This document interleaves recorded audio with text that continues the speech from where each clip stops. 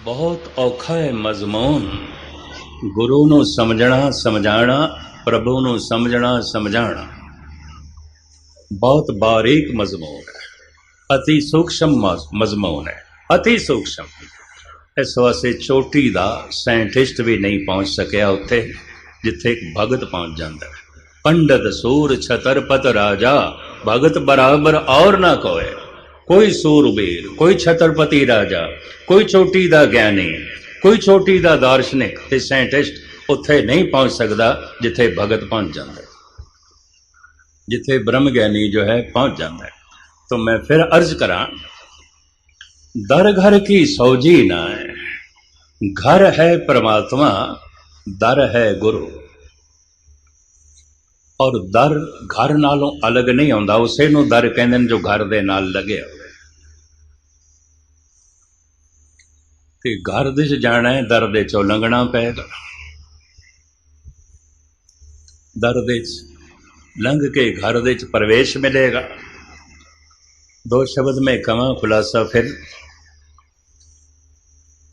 जो प्रकाश दे रूप दे च परमात्मा है वही शब्द दे रूप दे च गुरु है, और जो शब्द दे रूप दे च गुरु है वही प्रकाश दे रूप दे च परमात्मा है। और जो प्रकाश दे रूप दे च घर है वही शब्द दे रूप दे च दर है, और जो शब्द दे रूप दे च दर है वही प्रकाश दे रूप दे च घर है।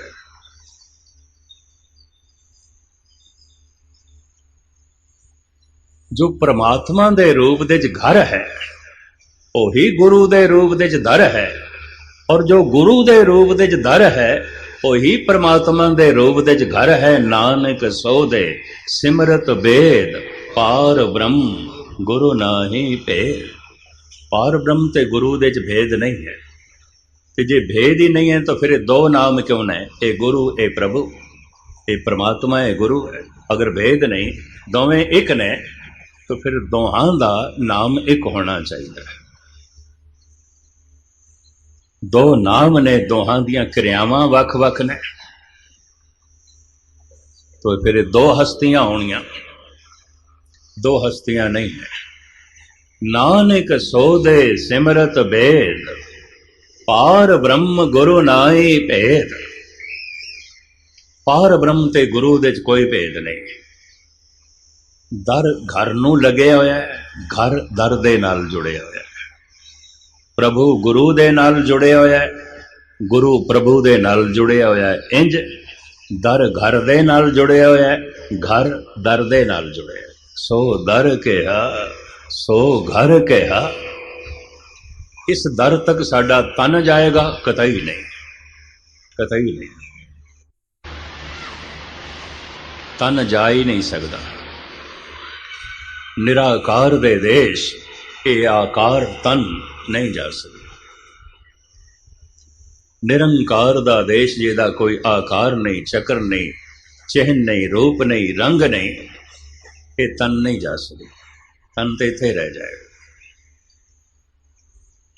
निरंकार दे देश साडा मन जा सकता है, साडा मन जा सकता है।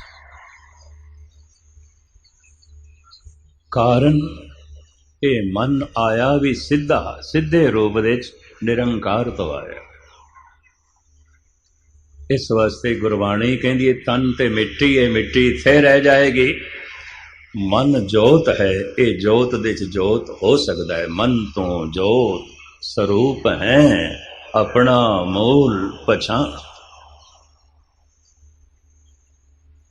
मन सूक्ष्म शरीर है, इनरल बॉडी है। शरीर के अंदर एक सूक्ष्म शरीर।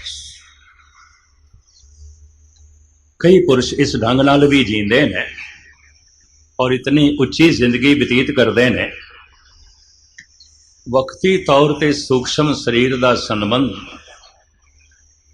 स्थूल शरीर नाल तोड़ भी देंदे ने। कुछ दिनां लई, कुछ घंटियां लई, कुछ समय लई। सनातन जग दे महान जगत गुरु शंकराचार्य 1 महीने अपने शरीर चों निकल गए। इन्होंने अपना सूक्ष्म शरीर, जिन्हों जोत कहते ने, मन कहते ने, कढ़ दिता। चेलियां नूं कहा इस शरीर की रक्षा करने, मैं 1 महीने बाद आवांगा। पिछोकड़ सारी गाथा ना सुनावा, ये राम राय भी कर लेंदे सन, धन गुरु हर राय साहब जी दे साहिबजादे।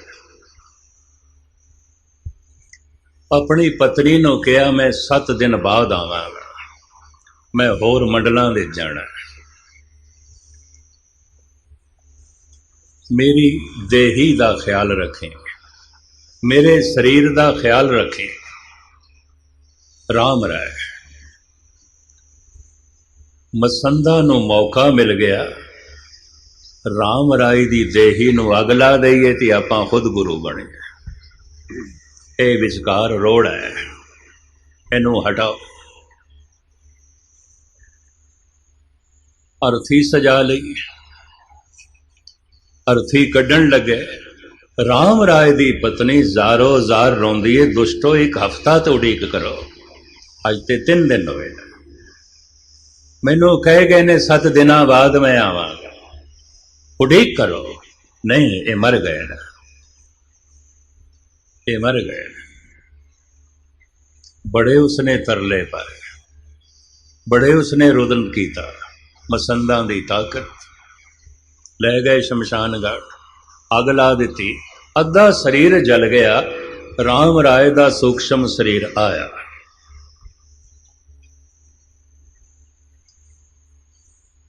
पर पिंजरा जल चुकिया सी, घर जल चुकिया सी, घर रहने दे लायक नहीं रहा सी। फिर भी उस सूक्ष्म शरीर ने अस्थूल शरीर दे प्रवेश करने की पूरी कोशिश की थी। अग उस सूक्ष्म शरीर को नहीं साड़ती, पानी नहीं डोबता। उस शरीर दे प्रवेश करके राम राय उच्ची आवाज दे बोले, दुष्टो मसंदो, तुसी मैनू जिंदा साड़िया, गुरु थानू जिंदा साड़ेगा। तुसी मैनू जिंदा जला दिता है, गुरु थानू जिंदा जलाएगा। इन्हां सारे ही मसंदा नू डेरा दोन दे जिंदा जलाया गया। इस तरह की अनेकां घटनावां ने। आपां जितने बैठे ने, इतने सत्संग दे सूक्ष्म शरीर होणगे, इतने होणगे। किहड़े सूक्ष्म शरीर? प्रथम ते ओ सिद्ध पुरुष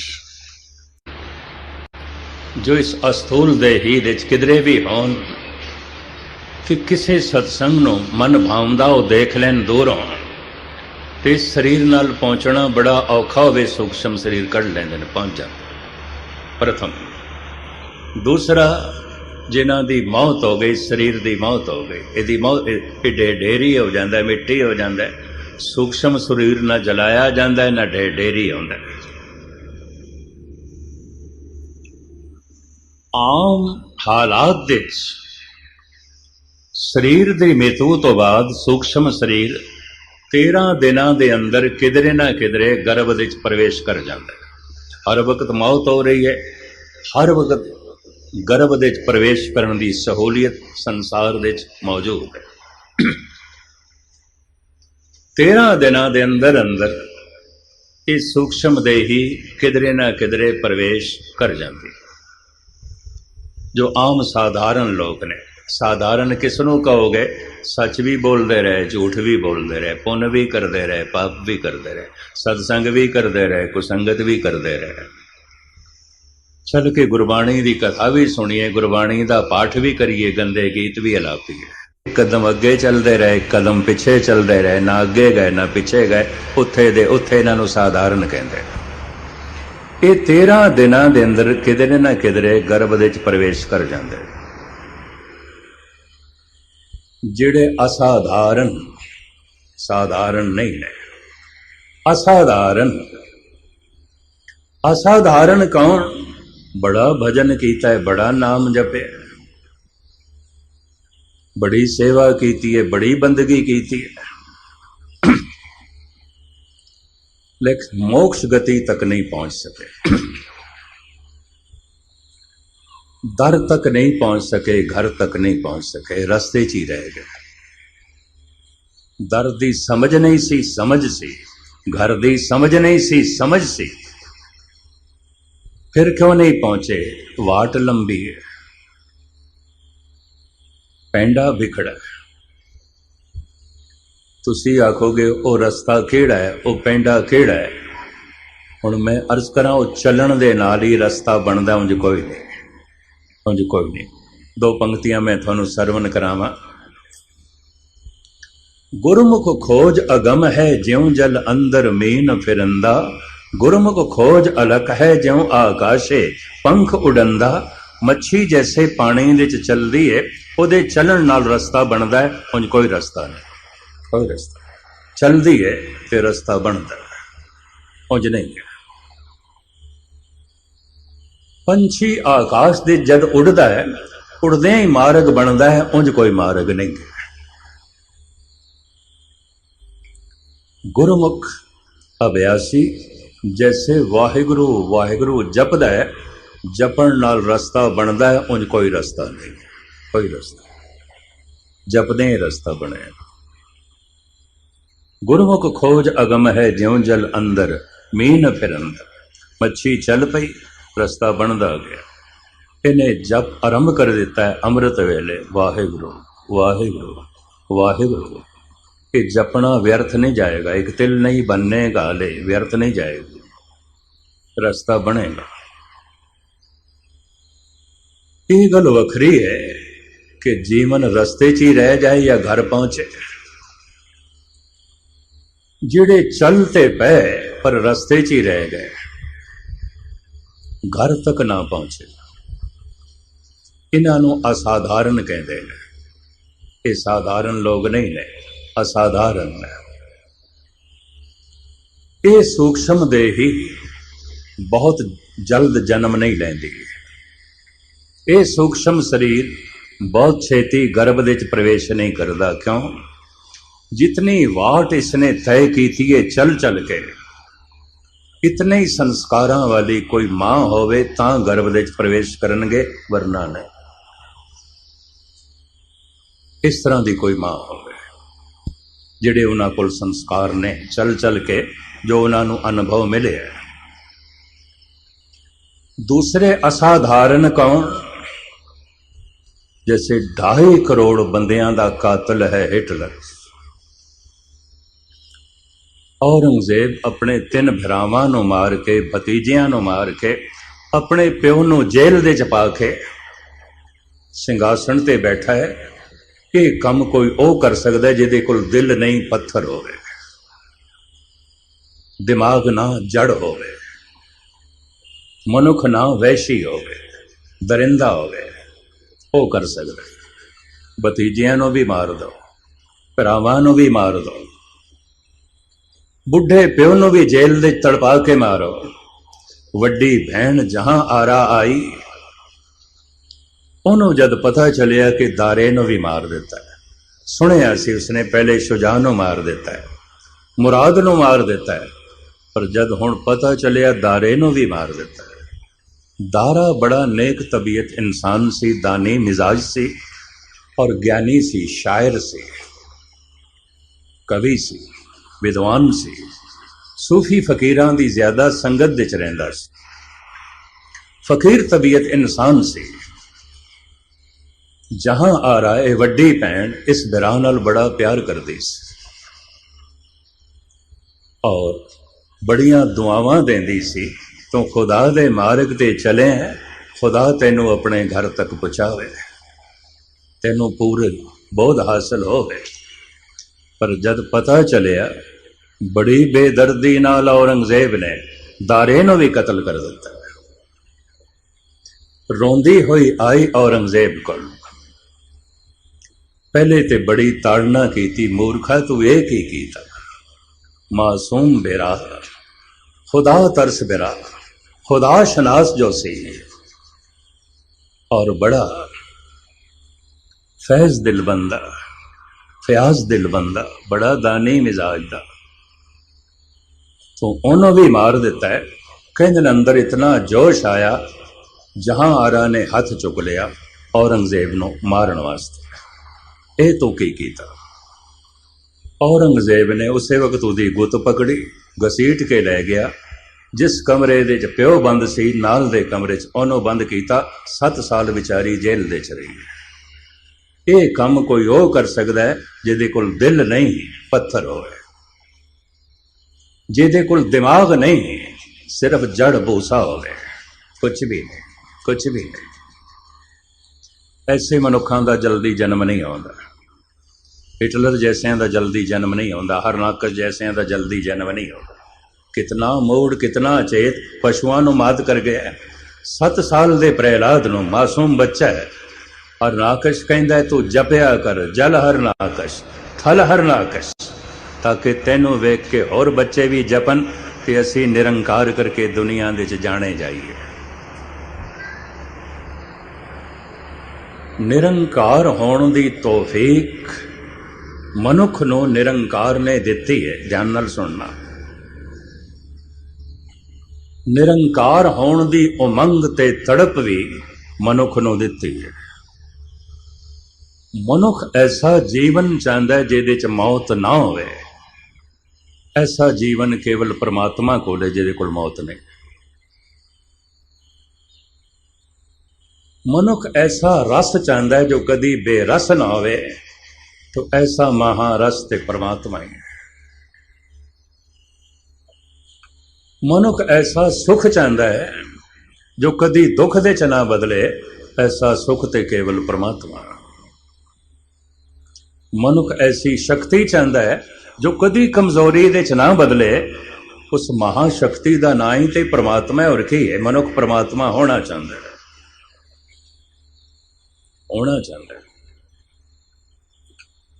परमात्मा होने दी सौगात परमात्मा ने हर मनुख नूं दिती है, हर एक नूं दिती है। किस तरह? परमात्मा वेखदा है, सब कुछ वेखदा है। मनुख भी वेखदा है, ये गल वखरी है। सब कुछ नूं वेखण दी तौफीक नहीं, पर वेखदा है। परमात्मा सुनदा है। पेखत सुनत सदा है संगे, मैं मूर्ख जाणिया दूरी दे। सदा वेखदा पिया, सबनों वेखदा पिया, सबनों सुनदा पिया, सदा सुनदा पिया। ठाकर हमरा सद बोलंता, सदा बोलदा पिया और उदा बोल सारी दुनिया दे गूंज रहा है। अनाहद नाल मनुख भी सुनदा है, वेखदा है, मनुख भी समझदा है, पर सीमत है। मनुख भी जानदा है, पर सीमत है। ये असीम होना चाहता है, असीम तो केवल परमात्मा ही है। मनुख परमात्मा होना चाहता है, परमात्मा होने दी इसके अंदर भुख है। और इंज कह लो शायद परमात्मा नहीं पाई है। और ऐसा हो सके, परमात्मा हो सके, ऐसी तौफीक भी परमात्मा ने दी है। शायद इसे वास्ते जफर कहता है, बनाया ऐ जफर खालिक ने कब, इंसान से बढ़कर मलिक को, देव को, जिन को, परी को, ऊरे गिलमा को। मनुख तो वध परमात्मा ने किसी को नहीं बनाया, क्योंकि मनुख का ही भविष्य है परमात्मा होना। पशुओं का भविष्य अजे मनुख होना है, बनस्पति का भविष्य अजे पशु होना है, पत्थरों का भविष्य अजे बनस्पति होना है। केवल मनुख का भविष्य है परमात्मा होना। फरवरी का महीना पिछलिया इस साल दे जो लंघे, मैं कानपुर दे सी, सज्जन मित्र नाल सन। अमृत वेले मैं नितनेम पिया करा ते फोन आई दिल्ली तो। मैं कहा खैर होवे सही है, अमृत वेले 4:30 बजे ये कौन फोन करता? दिल्ली तो एक नौजवान पूछना चाहता है मैनू, कोई मस्कीन जी सुने है तुसी भविष्य वक्ता हो, भविष्य जानते हो? मैं कहा हाँ जानना। भविष्य वक्ता, भविष्य जानना। कहन लगे कि फिर हम तुसी आ रहे हो ना दिल्ली की बाई संत बाबा अतर सिंह जी की बरसी ते मैं पहुँचना सी, तुसी आ रहे हो, असी पोस्टर पढ़े ने, असी थोड़े कोल आवांगे अपना भविष्य जानने वास्ते। मैं कहा उदों तो गल बहुत लंबी हो जाएगी, बहुत दिन पे ने, मैं थानू हुणे ही भविष्य दस देना, तुसीं हुणे ही पूछ लो। कहते हुणे ही दस दोगे, फोन ते दस दोगे? मैं कहा हुणे ही दस दें। तो मेरा भविष्य की है? मैं कहा केवल तेरा ही नहीं, तेरे सारे परिवार का, सारे संसार के मनुखों का इको ही भविष्य है, परमात्मा होना, और कोई भविष्य नहीं। चंगा परिवार मिल गया तृप्ति नहीं मिलेगी, चंगा कारोबार मिल गया परेशानियां नहीं जाएगी,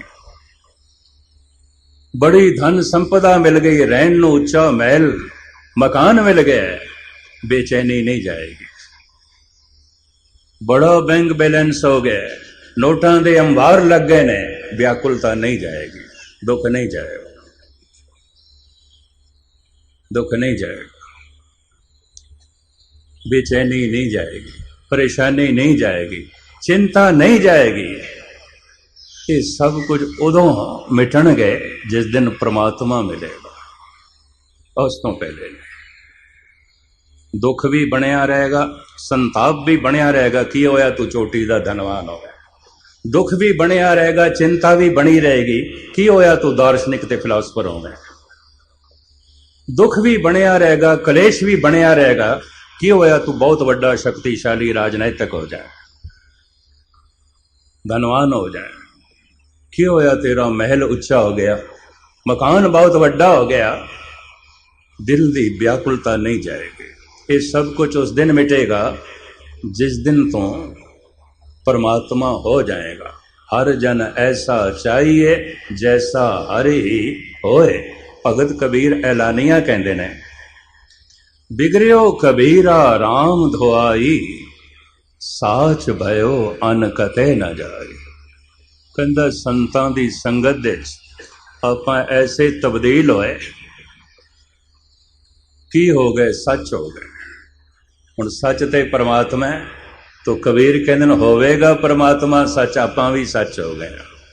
ध्यान नाल सुनना, बिगड़ियो कबीरा राम दुहाई, साच भयो अन कते ना जाई। मैं सच हो गया, अब तो जाए चढ़े सिंहासन, मिले हैं सारंग पानी, राम कबीरा एक वह है, कोई ना सके पछानी।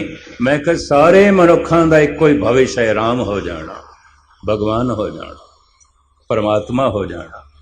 ते परमात्मा होने दे वसीले परमात्मा ने बख्शे हुए ने, सारियां नूं दिते हुए ने।